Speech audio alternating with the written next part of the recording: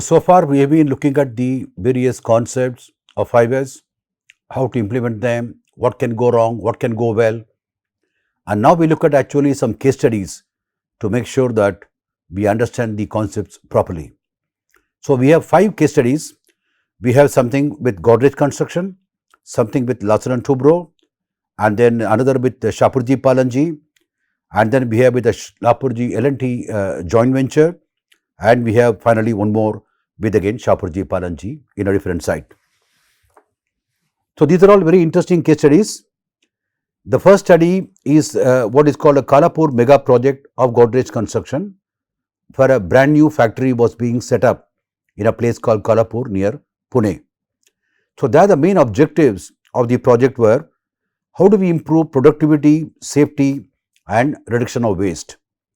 And then they also wanted to conduct regular 5S audits, keep track of the scores and how to inform the people how well they have done by color coded audit scores, to make it a something more interesting of what people can see and understand and implement.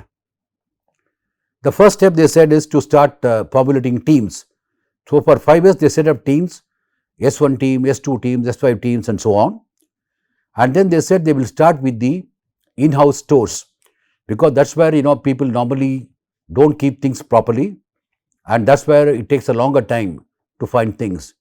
You want number 4 spanner, number 5 spanner, you want a bigger screwdriver, smaller one, so many things. Unless they are properly laid out in various places with proper tags, you will not be able to find materials and tools and tackle that easily. So accordingly, they started their journey with the 5 S's. Of course, the sort, sit in order and shine to start with, standardize and sustain later. And they said they will also involve the subcontractors and also cover the site premises.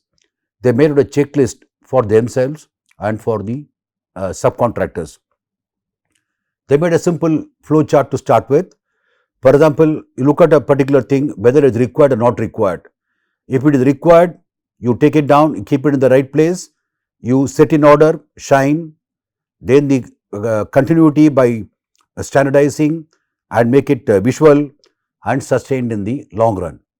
If something is not required immediately, then not at all required, scrap, then you trash it, you send it to trash. If it is something could be useful later, then you move it to temporary storage, and then over a period of time, you can come back and check again whether that's useful. Very simple flow chart, but something which sends a message to people how to start doing 5S. And if you look at their site later, the way they stored the steel diameter wise, and then all the waste steel was being stored in a different place, and shuttering. Remember one thing, shuttering is actually quite expensive. When people remove shuttering from the concrete material, concrete items, they tend to dump it on the ground immediately. That tends to get damaged, and the reuses, number of reuses for an expensive item, that comes down. So if you are able to keep it properly stored and then maintain that and then start reusing, you get much more number of repetitions. That's very important. So shuttering is very keen, very important item, and scrap rebar. That's again something which you can reuse. We need to be careful about that. And the site store, you can obviously see that it is being maintained very well. And they had taken separate audit scores for sort, set in order and so on. And then these 3 bars actually are considered at different times. Sometimes, the scores are increasing, and for the last 2, you see that they are decreasing. I think the reason is because it's quite difficult to keep doing standardization or sustaining in the long run unless very strong procedures, SOPs are in place. These 2 items don't get done as well as the first 3 ones. Labor also tend to understand the first 3 ones more easily than the last 2. So we need to pay more attention to the last 2 items, that standardization and sustainability. So far we have been looking at the explanations of 5S and how to do 5S and so on. We also talked about doing some audits, regularly at the site, by the site people, by people coming from outside, special audits and so on. So we need to make the points on which we need to make the audit, and they should be standardized. So anybody at the site, any department head wants to come and do the audit for any of the 5Ss, they should do on the same standard basis. So we need to write down the audit, the reference points, and also give some details about how to give the scores. That's very important. Then it can be uniform across the site, and you can compare the audit scores from time to time and see how we are progressing. So if you look at the one typical audit sheet which they use in a site and Godrej construction for sort, that is distinguishing between what is needed and what is not needed. So apart from doing the audit for the various audit reference points, so you can see at a glance, if you use color coding, if you get more than 70%, you get green, yellow for intermediate, and red means not that good. So here for sort, we need to identify points about whether the unwanted things have been removed, the wanted things are kept reasonably regularly, and so on. So whether there are procedures for doing this sorting from time to time. So one can work out one's own, for each company, for each organization, we can develop our own points for the audits. But once you develop it for a particular site or a project, they should be uniform across and keep it except for minor improvements, so that we have some standardization. Then the second, yes, set in order, that is a place for everything and everything in its place. Again, we need to make sure that there are proper containers, proper shelves, etc. for keeping the various items. They are properly labeled, and whether the various items are really being kept in those shelves, drawers, and the cupboards, and so on. So that's very important for set in order. The third one, shine. That's a very important point. So there again, we need to develop the scoring points for the audit sheets, and again, make them standard across the entire company. So this is, I think, should be easier because it can be very well visible from anywhere, whether the various tools and tackle have been cleaned, shined, and so on. The next one is standardization. Here again, we need to make sure that the people are aware at the site how exactly 5S has to be practiced, what are the standard norms, what are the standard operating procedures, and so on. Whether such standardization efforts have been taken up or in place or being maintained in future also, that's what we need to cover in the audit. So that has to be again standard across the site between various people.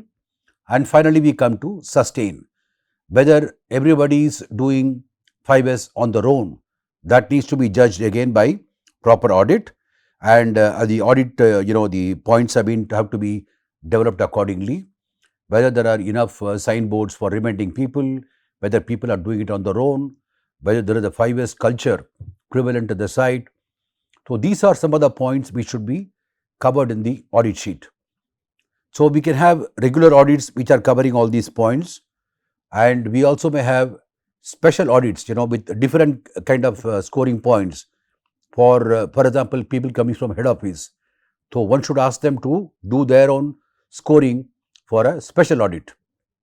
So that could have different, scoring patterns apart from what we have shown here for the standard audits. Depends, every site has to develop its own norms, its own practices, but the basic idea is keep checking from time to time how you are progressing with 5S, and then have the checking pattern with standard norms which are common across the site, and then keep improving all the time. That's the motto of lean, continuous improvement. There's a very interesting way of showing all these scores in a single diagram. It's called a spider diagram. So we have, sort, sustain, start, set in order, shine, and so on. And these lines, the farther it is out is having a better score. The more it comes inwards, that means it has a lesser score. A spider diagram gives you an immediate idea of what is being done well and what can be improved. That's the basic idea. And the summary of this exercise, reasonably well done, well implemented. Anything more than 50% audit score is a good one.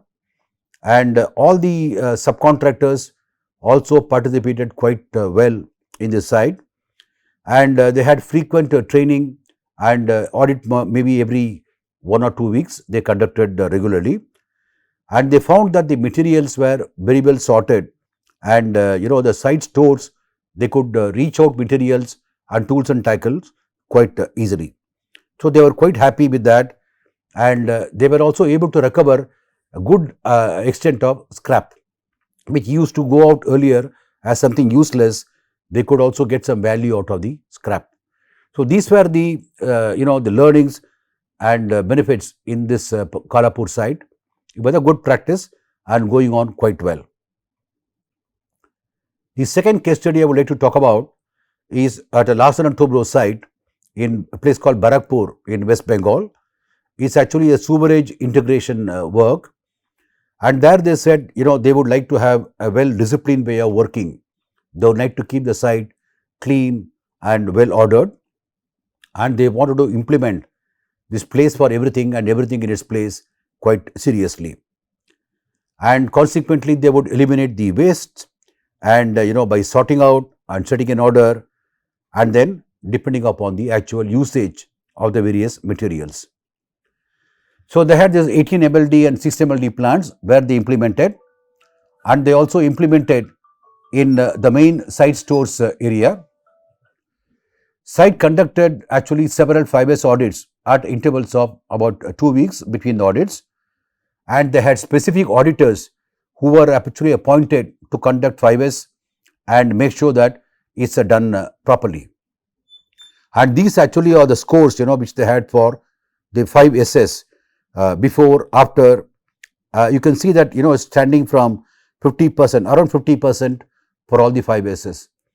I would say the good score to start with, and possibly over long usage, it must have gone beyond 60 or even 70%. And they put up big banners there. For this, for example, says yes, 5S to success. That's a good slogan, 5S to success. And they had many banners and posters in various places. And we can see clearly that the before and after pictures are showing the considerable benefits which they got by practicing 5S. A great benefit they found was by tagging. See, you send a stranger to the store, ask him to bring back a particular tool. If you can do that quickly, that shows you have done your 5S quite well, because he will know immediately where the item is stored. It's also properly tagged. So tagging is also very important, what it does. And the entire site, that looks quite nice, neat and tidy. That gives a very good impression. So housekeeping was also found to be very much improved with all the practice. So finally, they said they are able to do hassle-free movement of materials because they were keeping track of the materials by visual management. And with tagging, the materials were easy to identify in the main site office and also the main site stores. And everything looked very clean, tidy, and people were quite happy to practice 5S. So these two sites have demonstrated that 5S is easy to practice and people got good amount of benefits by practicing it.